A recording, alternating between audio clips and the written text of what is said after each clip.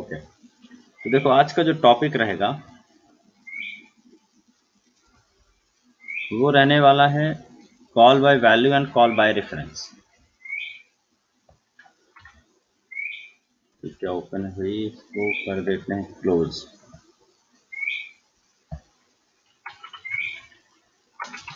Call by value and call by reference.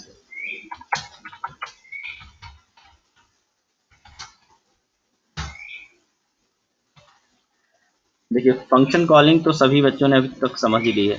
Function हमने बनाया, function को 3 स्टेप में हमने समझा था। कौन कौन से थे भाई?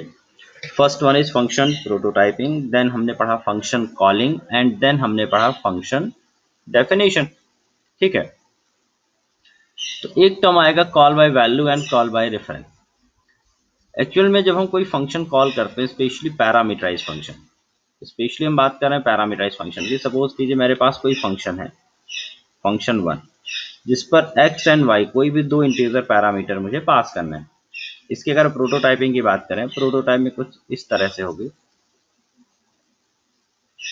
तो हमने बनाया हुआ है, सपोज करिए वाइड फंक्शन हमने बना लिया। फंक्शन की बात कर लेते हैं, हमने बनाया फंक्शन स्वैप, स्वैपिंग बनाई integer x and integer y। ठीक है, दिस इज द फंक्शन। और स्वैपिंग करना दैट मीन्स x और y की वैल्यू मुझे आपस में इंटरचेंज करनी है। ठीक है, तो हमने यहाँ पर ले लिया variable integer z equal to x, z पे x रखा, x पे हमने रखा y, और y पर हमें चाहिए था x की वैल्यू जो कि z के पास थी। हो गई स्वैपिंग। बट एक्चुअल में जब कोई फंक्शन हम कॉल करते हैं, समझिएगा, जब कोई फंक्शन मैं कॉल करूंगा किसके अंदर से, मेन फंक्शन के अंदर।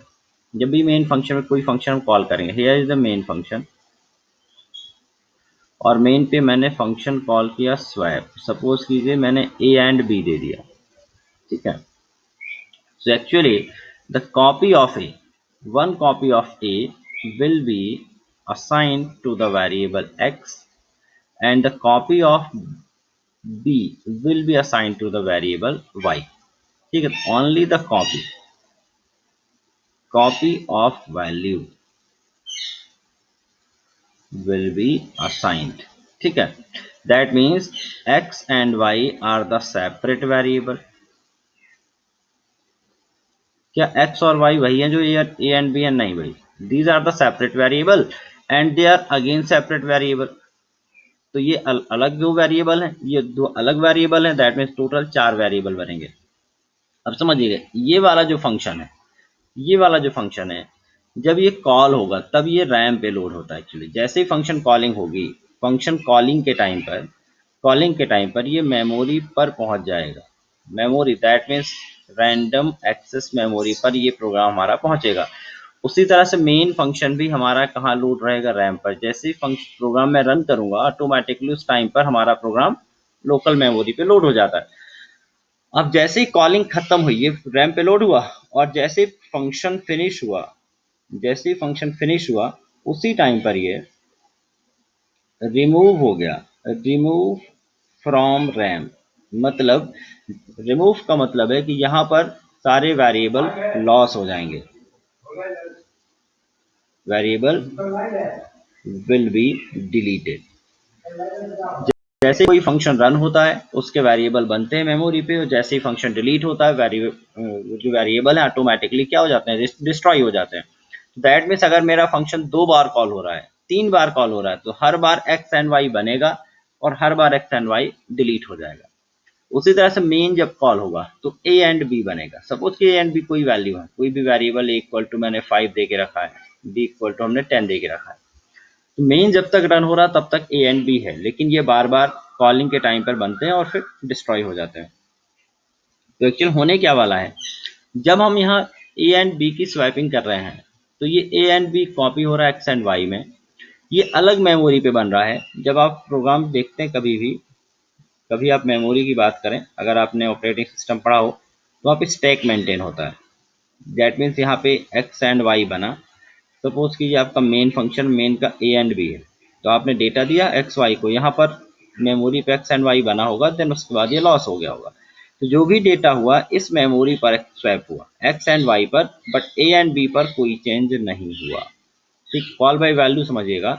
कॉल बाय वैल्यू कहता है कि अगर आप फंक्शन में वैल्यू रिटर्न कर रहे हैं तो कैलकुलेशन तो आपको मिलेगा, लेकिन अगर आप इन वेरिएबल पे डायरेक्टली काम करना चाहते हैं किसी भी फंक्शन के अंदर, then function will not access these location directly. Function will create a new location inside the memory, a new copy of data, and then it will work over that copy. ठीक है, the copy of value inside the function will be destroyed as soon as the program finish, जैसे या फिर function finish, जैसे ही function की fit calling finish होगी x and Y नष्ट हो जाएंगे। मतलब यहाँ पर ए एंड बी का वैल्यू तो स्वैप होगा नहीं, और एक्स और वाई की वैल्यू अगर स्वैप होगी भी तो फंक्शन कॉलिंग के साथ नष्ट हो जाएगी। ठीक है, अगर यहाँ से वैल्यू रिटर्न की होती कोई मैंने, और यहाँ किसी वेरिएबल में लेके आए होते, सपोज कीजिए ऐसे जैसे हमने अभी किया था एडिशन, सब्ट्रैक्शन, डिवीजन, मल्टीप्लिकेशन, तो जब वैल्यू हम रिटर्न करते हैं तो वैल्यू ये तो नष्ट हो जाती वैल्यू यहाँ से जो रिटर्न किया, लेकिन एक्चुअल में नष्ट होने से पहले वैल्यू किसके पास आ जाती, एस के पास। So that's the reason we can access और प्रिंट दिस वैल्यू। एस के पास डेटा आ गया, लेकिन यहाँ पर अगर आपने सिंपल कॉलिंग की और वैल्यू रिटर्न नहीं किया तो फिर ये वैल्यू आपकी क्या हो जाएगी, लॉस हो जाएगी। ठीक है, ये आपको एक सीक्वेंस समझा रहा हूं मैं। कॉल बाय वैल्यू क्या होता है कि when the function will be called, the value of passing argument, ये पासिंग आर्गुमेंट है जो फंक्शन कॉल करते समय मैं दे रहा हूँ, इनकी एक डुप्लीकेट कॉपी दे दी जाती फंक्शन की वेरिएबल को, and these variable will occupy the separate memory space in the memory. कौन कौन से, एक्स एंड वाई, ये क्या करेंगे, सेपरेट मेमोरी स्पेस बनाएंगे। दैट मीन्स इनको ए एंड बी से कोई काम नहीं है, ये अपने डेटा पे काम करेंगे, अपने लोकेशन पे काम करेंगे। सो अगर मैं इनकी वैल्यू चेंज भी कर दूं एक्स और वाई की, देन ए एंड बी को कोई फर्क नहीं पड़ेगा। समझिएगा, मैं एक एग्जांपल से करा रहा हूँ, स्वैपिंग तक पहुंचेंगे, पहले एक सिंपल वेरिएबल देखिए, सिंपल एक फंक्शन समझाता हूँ कॉल बाय वैल्यू समझाने के लिए। तो कॉल बाय वैल्यू होता क्या है, कॉल बाय वैल्यू यहाँ थोड़ा सा लिख लेते हैं भाई, कॉल बाय वैल्यू क्या है। देखिए कॉल बाय वैल्यू ये है, call by value when we pass the variable to the function, the value of the variable will be assigned to the argument of the function। ठीक है, arguments of the function, तो जो भी मैं यहाँ पास कर रहा हूँ फंक्शन के आर्गुमेंट में असाइन हो रहे हैं। The function arguments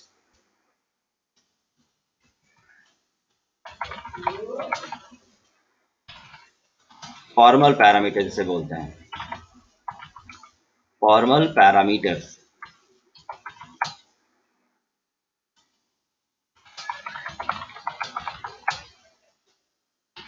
will create separately inside the memory and hold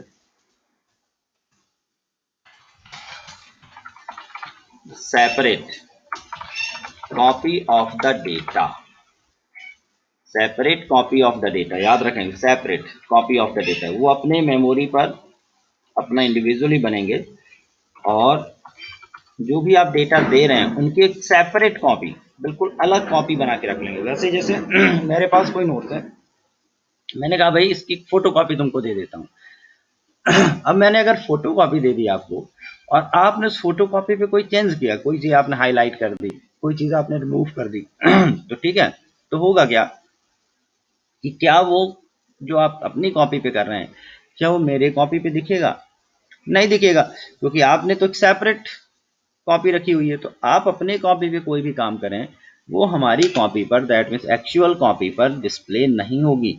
so that's the reason function argument और फॉर्मल पैरामीटर इसे कहते हैं। देखिए ऊपर अगर आप देखें, ये जो फंक्शन बनाते समय एक्स और वाई मैं यहाँ दे रहा हूँ, ठीक है, वाइट स्वैप बनाया यहाँ पर मैंने, और यहाँ पर जो एक्स और वाई दिए जा रहे हैं, these are the formal argument, और वहां से जो ए एंड बी पास कर रहा हूँ ये कहलाते हैं actual argument.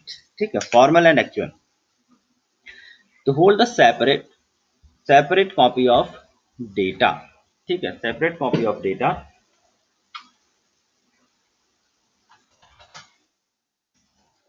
Apart from actual arguments.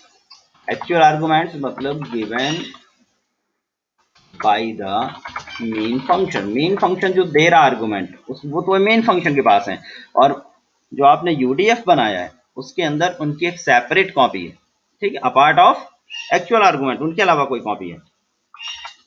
So if function make any change in the value of the argument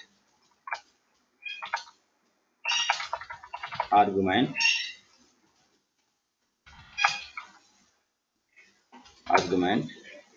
then it will not reflected in actual argument। मतलब अगर मैंने फंक्शन के अंदर कोई भी चेंज कर दिया उन वैल्यू में, तो क्या कहा कि एक्चुअल आर्गुमेंट में वो चेंज दिखाई नहीं देने वाले, याद रखेंगे, क्योंकि फंक्शन एक कॉपी पे काम कर रहा है, और कॉपी भी कैसे, जैसे ही फंक्शन कॉलिंग फिनिश हो रही है वो कॉपी भी नष्ट हो रही है।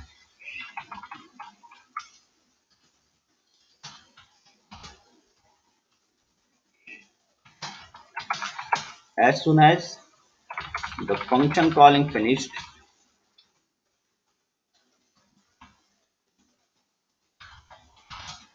and the क्या लिख सकते हैं इसको, all the arguments and variables inside the function will be destroyed।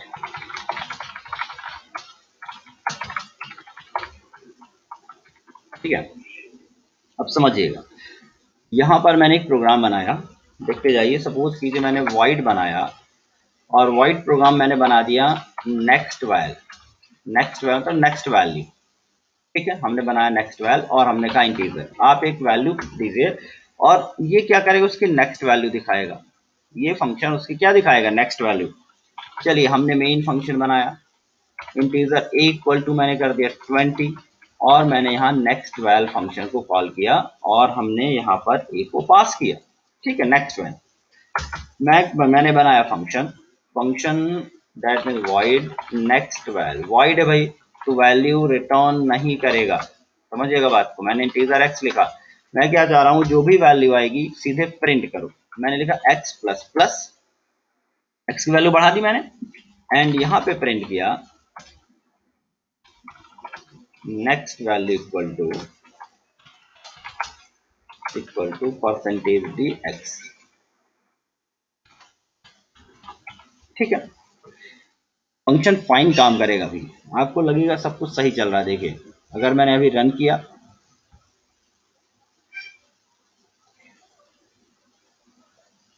Wait करेंगे,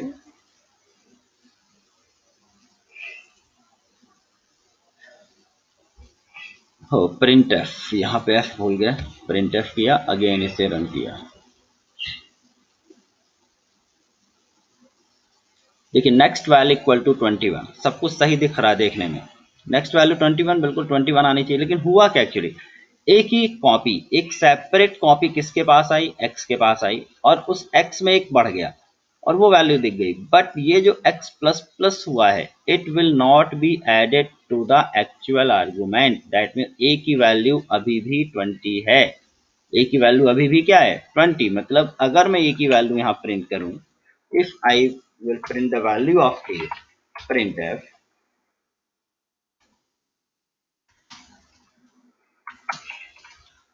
एक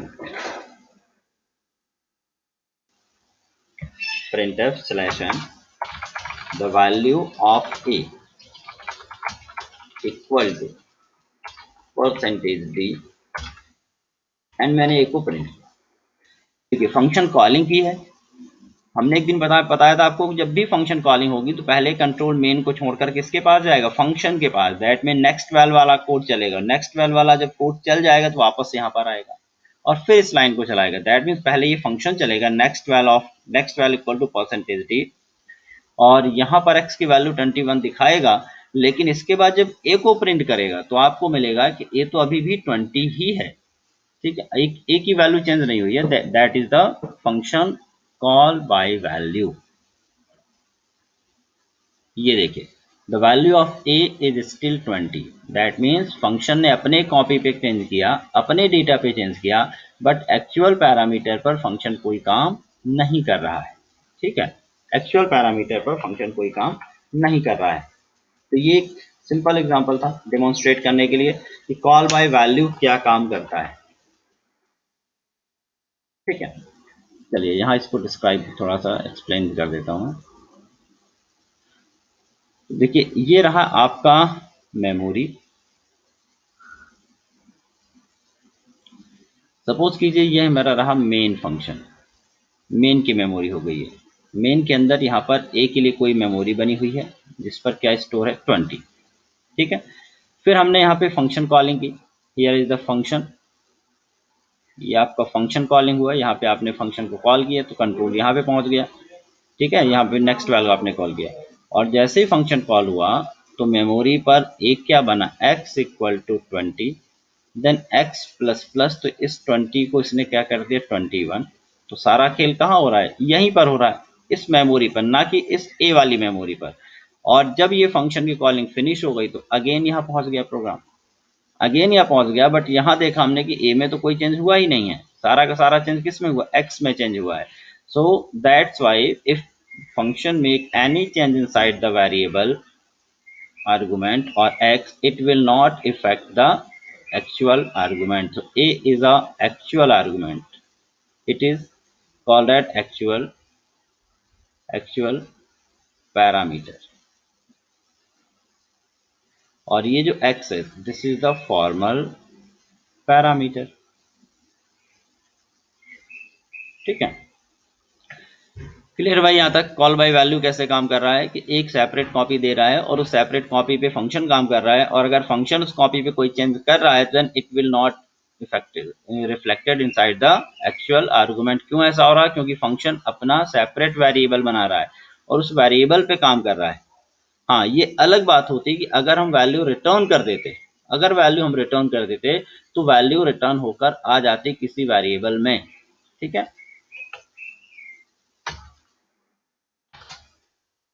the value of x will be lost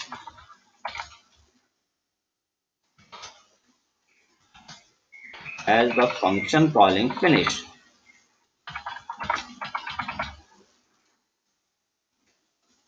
ठीक है, हाँ, तरीका क्या है, if we return value from the function then it will be taken inside the main function before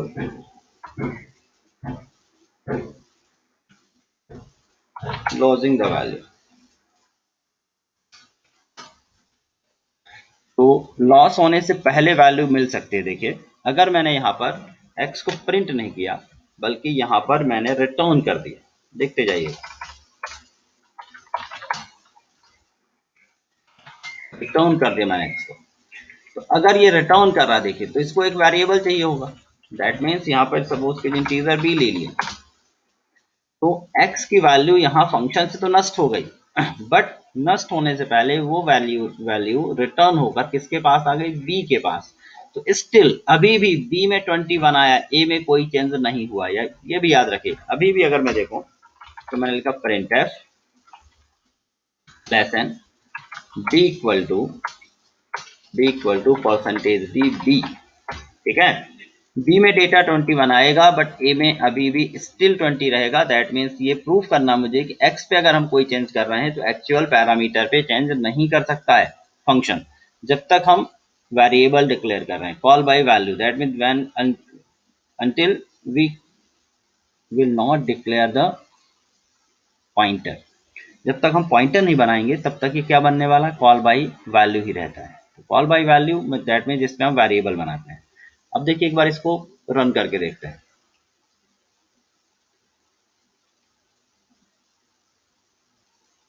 int B, अब देखिए हाँ रिटर्न करना था तो इसका रिटर्न टाइप वाइड हटाकर मुझे क्या करना होगा, इंटीजर, ठीक है ना, तो इंट करना होगा और यहाँ भी क्या करना होगा, इंटीजर। अगेन मैंने इसे रन किया,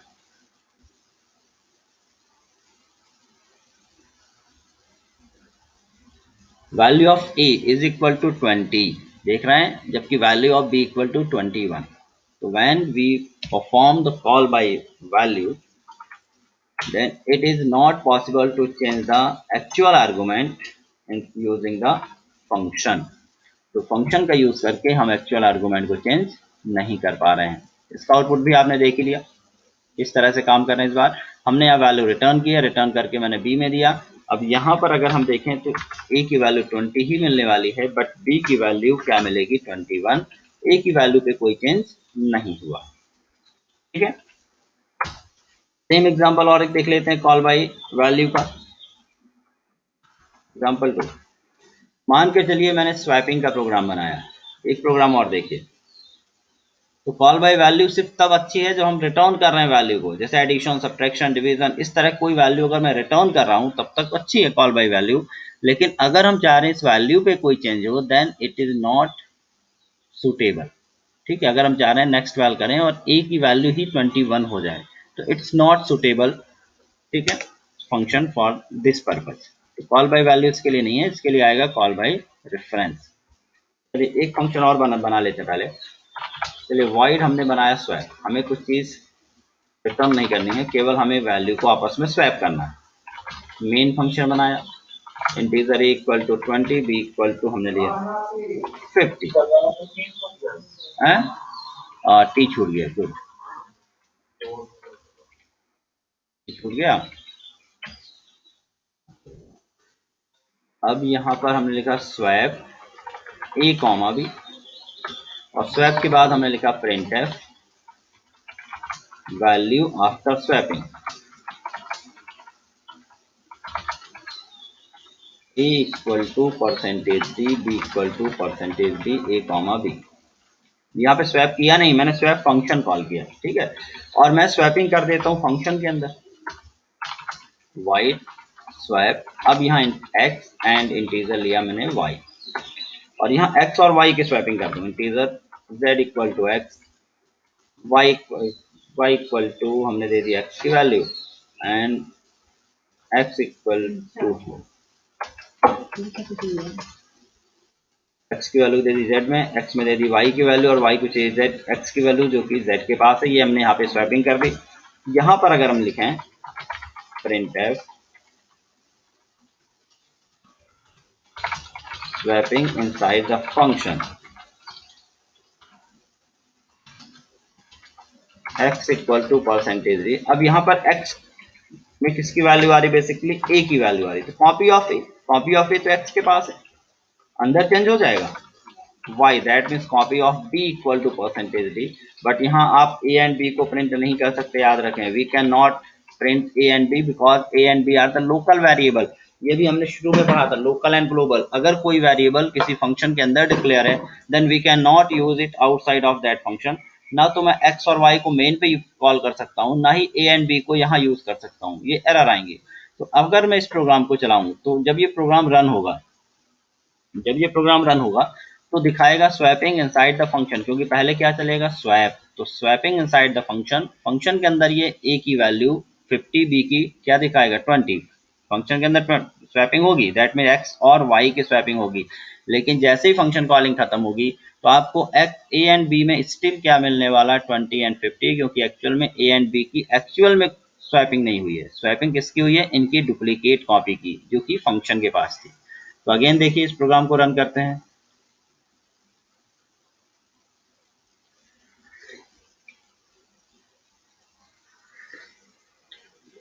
तो देखिए swapping inside the function, x 50 हो गया है जिसमें a की कॉपी थी, y जिसमें b की कॉपी थी वो 20 हो गया। लेकिन फंक्शन के बाहर अगर देखें तो still a equal to 20, b equal to 50।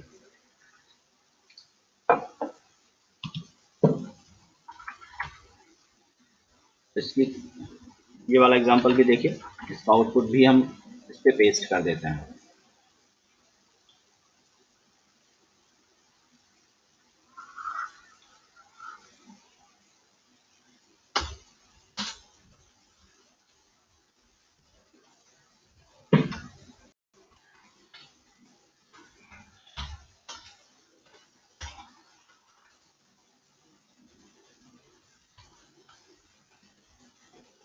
ठीक है, कॉल बाय वैल्यू से इतनी चीज क्लियर हो गई आपकी कि कॉल बाय वैल्यू में एक्चुअल आर्गुमेंट पर कोई भी ऑपरेशन नहीं होता। तो कॉल बाय वैल्यू वहां सुटेबल है जहां पर आपको वैल्यू रिटर्न करानी हो या रिजल्ट केवल प्रिंट करना हो, लेकिन आप रिजल्ट को ये नहीं चाहते हैं कि एक्चुअल आर्गुमेंट में चेंज हो, तो वहां पे कॉल बाय वैल्यू आप करते रहिए।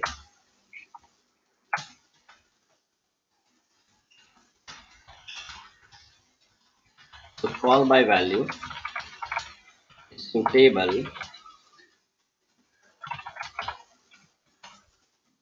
at the place where we only want to perform some calculation over the value, calculation between, हाँ ये कह सकते हैं, over the values but don't want to update the actual data। तो आप क्या करेंगे, कॉल बाय वैल्यू आप परफॉर्म तो करेंगे एडिशन सब्ट्रैक्शन, लेकिन उसी डेटा पे अगर आप चेंज नहीं करना चाहते हैं तो कॉल बाय वैल्यू ठीक है।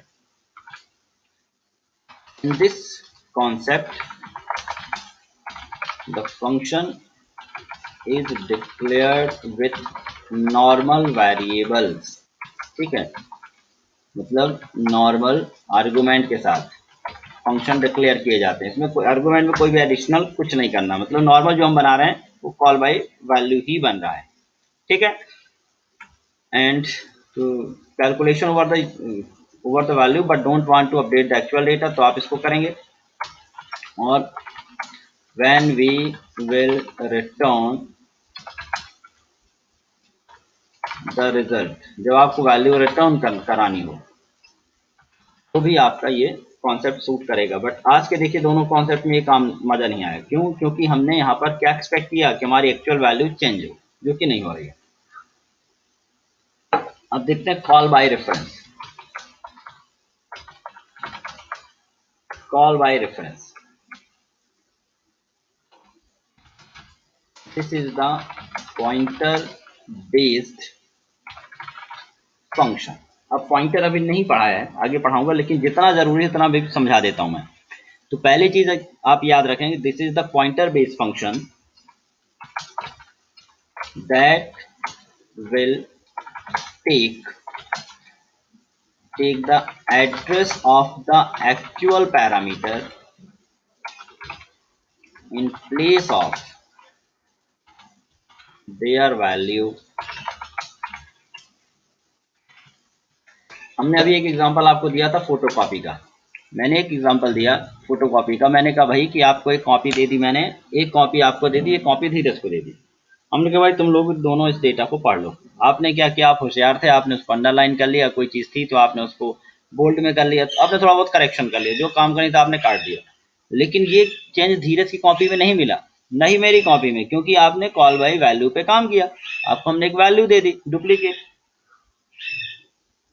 अब इसी को उल्टा समझिए, हमने आप दोनों को क्या कहा कि भाई ये मेरे ऑफिस में अलमारी नंबर 2 पर, अलमीरा नंबर 2 पर ये कॉपी रखी हुई है, आप जाइए इसको स्टडी कीजिए। आपको टाइम लगा, आप सुबह 7 बजे गए, आपने कॉपी खोली, पढ़ी, आपको कुछ चीज़ अच्छी लगी तो आपने हाईलाइट कर दी, आपने वापस वहीं रख दी। फिर धीरज गए शाम को 5 बजे, वो भी उसी अलमारी पे गए और उन्हें वही कॉपी निकाली और देखा तो उनको वो चेंज मिल गया, फिर उनने भी कोई चेंज कर दिया। तो that mean all the change are saving inside the same actual copy. ठीक है, एक्चुअल जो डेटा उस पर सेव होते जा रहे हैं, क्योंकि हमने दोनों को एड्रेस दे दिया कि कहाँ पर डेटा है और वहां जाके चेंज करो। तो सेम यही चीज हो रही है। कॉल बाय रेफरेंस कहता है this is the pointer based function that will take address of the actual parameter. Address याद रखेंगे, यहाँ एक टर्म यूज हुआ, address of the actual parameter instead of और in place of their value.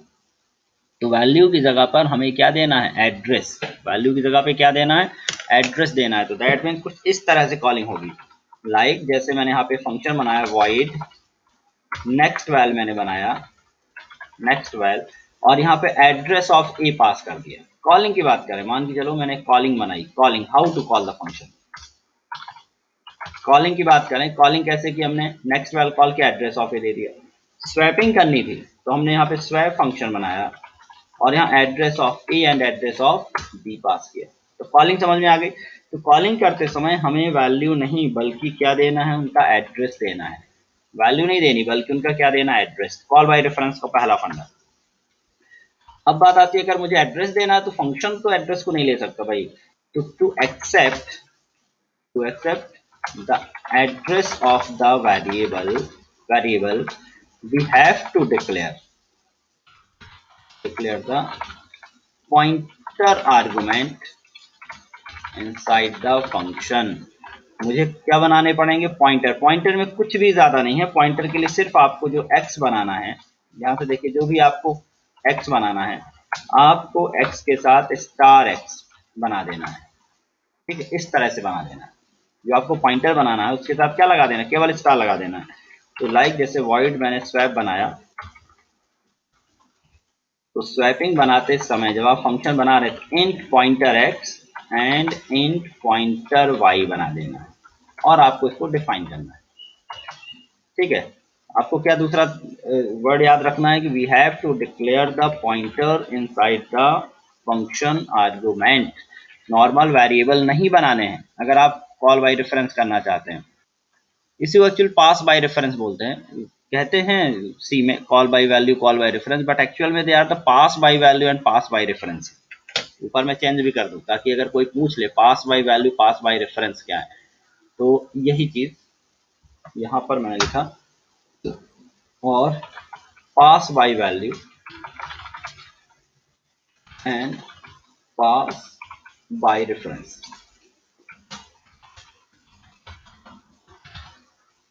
क्या दोनों एक ही मतलब, pass by value and pass by reference. Function calling में चेंज हुआ, फंक्शन डिक्लेरेशन में एंड फंक्शन प्रोटोटाइपिंग, दोनों जगह function prototyping and function definition, दोनों जगह मुझे क्या बनाने पड़ेंगे, pointers. To accept the address we have to declare pointer inside the function.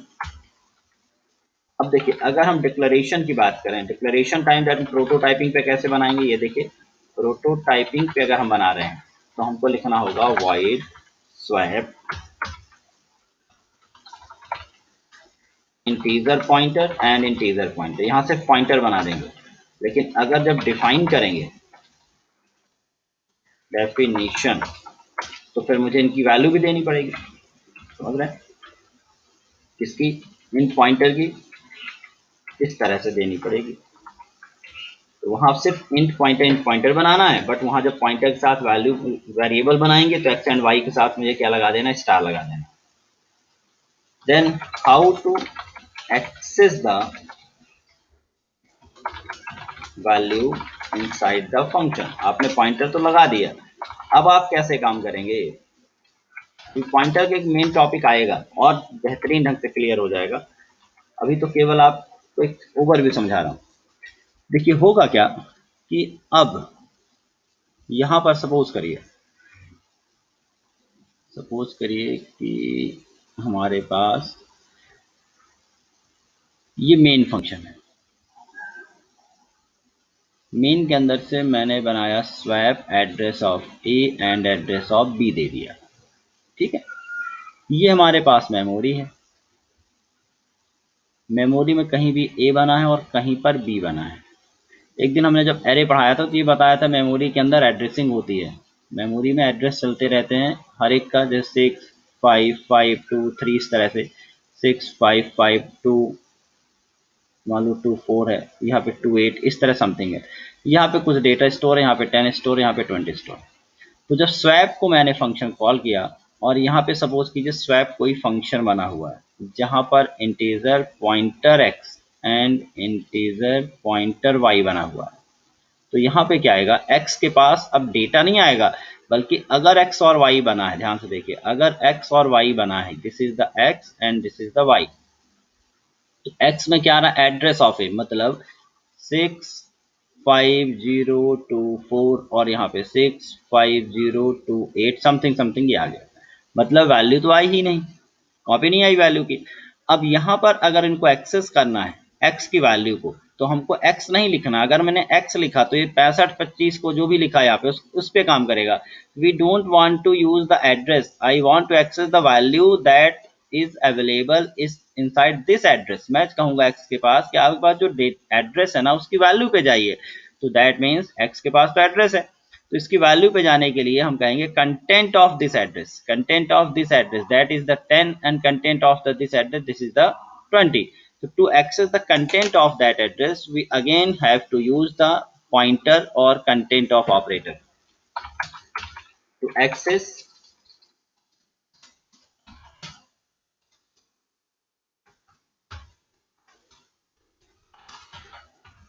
the content of the address. We have to use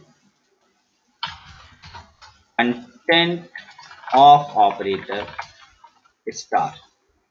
देखिए, एक को हम कहते हैं एड्रेस ऑफ एंड परसेंट को, और इसे बोलते हैं कंटेंट ऑफ। दैट मीन्स मैंने इंटीजर z इक्वल टू क्या लिखा, पॉइंटर x। अगेन जहां भी आपको वैल्यू चाहिए ना, तो आप पॉइंटर को मत छोड़िए, स्टार का सिंबल, क्योंकि अगर आपने इसको छोड़ा तो x लिखा, x लिखते ही क्या आ जाएगा, डेटा नहीं आएगा, उसका एड्रेस आ जाएगा। x में तो एड्रेस स्टोर है, so that means this is called the content of x। we are not accessing the value of x, because the value of x is holding the address of something। तो मैंने कहा मुझे उस address पे काम नहीं करना, बल्कि उस एड्रेस का जो कंटेंट है। तो देखिए यहां पर क्या होगा, कंटेंट x के पास क्या है, 65024 एंड कंटेंट ऑफ 65024 इज 10, तो 10 पे काम करेगा x। Then content of 0258 equal to 20। तो अगर मैं इनके कंटेंट को चेंज करूंगा तो x और y चेंज नहीं होगा, बल्कि a एंड b का कंटेंट चेंज होगा, क्योंकि उनके पास a एंड b का एड्रेस है। इस तरह से हमें क्या करना होगा, कंटेंट पे काम करना होगा। तो देखिए अब इसका प्रोग्राम बनाकर मैं आपको दिखाता हूँ। तो पॉइंटर किस तरह से काम करेगा मैंने थोड़ा सा ओवरव्यू ही बताया हुआ है आपको, आगे जब पॉइंटर का टॉपिक आएगा तो अगेन ये फिर से चीज़ें क्लियर होंगी, पॉइंटर में सारी चीज़ें क्लियर हो जाएंगी अच्छी तरह से। तो देखो चेंज कहाँ कहाँ है, मैंने वॉइड बनाया, स्वैप यहाँ पर integer pointer and integer pointer, declaration हो गया। देन मेन फंक्शन बनाया, यहाँ पे इंटीजर ए मैंने वैल्यू ले ली, बी इक्वल टू हमने ले लिया 50, और हमने स्वैप करते समय address of A and address of B pass किया, ठीक है। And printf value after swapping percentage d a equal to percentage d b equal to percentage d, मैंने यहाँ पे लिखा a एंड b को प्रिंट। अब आ जाते हैं फंक्शन डेफिनेशन में, तो हमने लिखा void swap integer pointer x and integer pointer y। क्या करना होगा, मुझे इनके कंटेंट को चेंज कर दीजिए, तो integer z equal to content of x लिखा, और कंटेंट ऑफ x में y नहीं बल्कि y का कंटेंट डालना है, एंड y के कंटेंट में क्या डाल देना z। देखिए z is not a pointer, तो z के साथ आपको ये पॉइंटर वाला सिंबल नहीं लगाना, आपको z नॉर्मल लिखना है, बस इतना लिखा मैंने। और अंदर में वैल्यू नहीं भी प्रिंट करूं तो भी इनडायरेक्टली जो वैल्यू है x और y के कंटेंट पे जाके चेंज होगी, और x और y किसका एड्रेस रख रहे हैं, a एंड b का, so they will change the actual value. अब अगर मैं इस प्रोग्राम को रन करूं तो मैंने देखो a और b को डायरेक्टली कहीं कोई चेंज नहीं किया, x और y के कंटेंट को चेंज किया, बट यहाँ पर मुझे a एंड b का कंटेंट चेंज मिलेगा, a में 50 एंड b में 20 मिलने वाला है।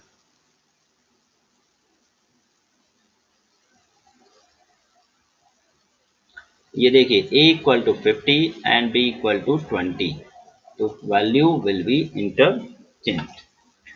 तो कब चलाना है ये वाला concept, when you want to update the actual content, जब आप चाहते हैं जो वैल्यू पास कर रहा हूँ वही वैल्यू चेंज हो जाए, जो वैल्यू मैं पास कर रहा हूँ सेम टू सेम उसी वैल्यू पे काम करना है, तो you have to use the call by value and call by reference concept. Call by reference concept, call by value तो आपने समझ लिया, कॉल बाय वैल्यू वहां चाहिए जहां पर वैल्यू आपको रिटर्न करानी है, कोई कैलकुलेशन करना है, वहां के लिए ठीक है। दूसरा एग्जांपल भी देखिए, इंक्रीमेंट वाला बनाया था, हमने बनाया void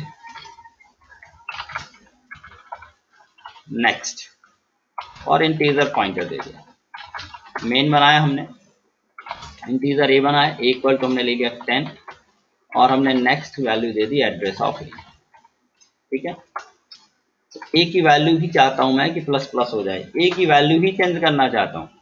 देन मैंने लिखा printf a equal to percentage D a, फिर मैंने नेक्स्ट ए किया। जितनी बार कॉल करें उतनी बार बढ़नी चाहिए वैल्यू। हमने अगेन फंक्शन कॉलिंग की और फिर देखते हैं कि अगली बार वैल्यू क्या हो रही है, A is equal to percentage D A. दो बार कॉलिंग की, डेफिनेशन तो एक ही बार करनी है फंक्शन की। हमने नेक्स्ट लिखा एंड इंटीजर पॉइंटर हमने एक्स ले लिया। मुझे pointer of content of x बढ़ाना, तो मैं लिख लिया content of x, content of x plus plus. बस मैंने कंटेंट ऑफ, देखिए इसका भी कारण है मैंने ब्रैकेट क्यों लगाया, क्योंकि एक्स में कंटेंट नहीं, एक्स में एड्रेस है, उसके कंटेंट पे काम करना चाहे। अगर मैंने प्लस प्लस एक्स लिख दिया, हो सकता है एक्स को बढ़ा दे, वो कंटेंट को छोड़ दे। तो आगे जब पॉइंटर पढ़ाएंगे तो इसका कॉन्सेप्ट बताएंगे कब मुझे ब्रैकेट लगाना कब नहीं लगाना। तो अभी तो समझ में आ ही रहा कि मैंने ब्रैकेट में लिख दिया है पैरेंथेसिस में content of x plus plus. जितनी बार फंक्शन कॉल होगा वो एक्स में चेंज नहीं करेगा, बल्कि एक्स के पास जिसका भी एड्रेस है उस वेरिएबल पे जाकर एक जोड़ देगा। यहाँ पर ए का एड्रेस है, तो जितनी बार मैं कॉल करूंगा उतनी बार ए की वैल्यू इंक्रीमेंट हो जाएगी। तो पहली बार 11 आएगी, देन नेक्स्ट टाइम 12 आएगी। ये देखिए 11 एंड 12। इस तरह से आप समझ सकते हैं कॉल बाय रेफरेंस कैसे काम करेगा।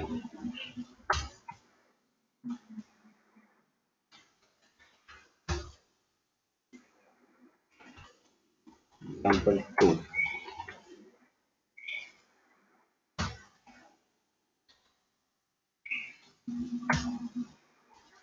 call by value and call by reference, call by value and call by reference। ठीक है, अब इस पर और भी चीजें बेस्ड होंगी। अभी हमने सिंपल सा प्रोग्राम समझा दिया आपको कि when we want to update the actual value then we have to follow which type of function calling, call by reference। और जब हमको ऐसा नहीं करना होता तो कॉल बाय वैल्यू तो चलता ही है। तो देखिए मोस्ट ऑफ द केसेस जब आप प्रोग्राम बनाते हैं तो कॉल बाय वैल्यू से ही बनते हैं, रेफरेंस से बहुत कम प्रोग्राम बनते हैं, लेकिन पता होना चाहिए। ठीक, कॉन्सेप्चुअल चीजें पता होनी चाहिए। चलिए नेक्स्ट टॉपिक होगा, now the next topic will be passing array to function या एरे एज फंक्शन आर्गुमेंट। अभी हम सिर्फ वैल्यू पास कर रहे हैं फंक्शन में, एक एक वैल्यू, दो वैल्यू। अगर मैं पूरा एरे पास करना चाहता हूँ, फिर एरे की शॉर्टिंग करना चाहते हैं, एरे में से कुछ सर्च करना चाहते हैं, मतलब when we have the multiple data inside the main function और पूरा का पूरा डेटा मुझे भेजना है एरे की फॉर्मेट में, तो कैसे भेजेंगे। तो नेक्स्ट टॉपिक होगा, आज नहीं पढ़ाएंगे, आज इसकी पहले प्रैक्टिस कर लीजिए थोड़ी सी, क्योंकि अब देखिए चीज़ें धीरे धीरे टिपिकल होंगी। अब जो चीज़ें बची हैं ना, अब जो चीज़ें सी में बची हैं, अब सारी थोड़ी सी हाईटेक लेवल की हैं। मतलब पॉइंटर भी कठिन है, स्ट्रक्चर भी कठिन है, फाइल भी कठिन है। तीन टॉपिक हैं, तीनों थोड़े से हैं। तो इसकी प्रैक्टिस कर लो, फिर अगला टॉपिक पढ़ाएं, ज़्यादा ठीक रहेगा। ठीक है ना।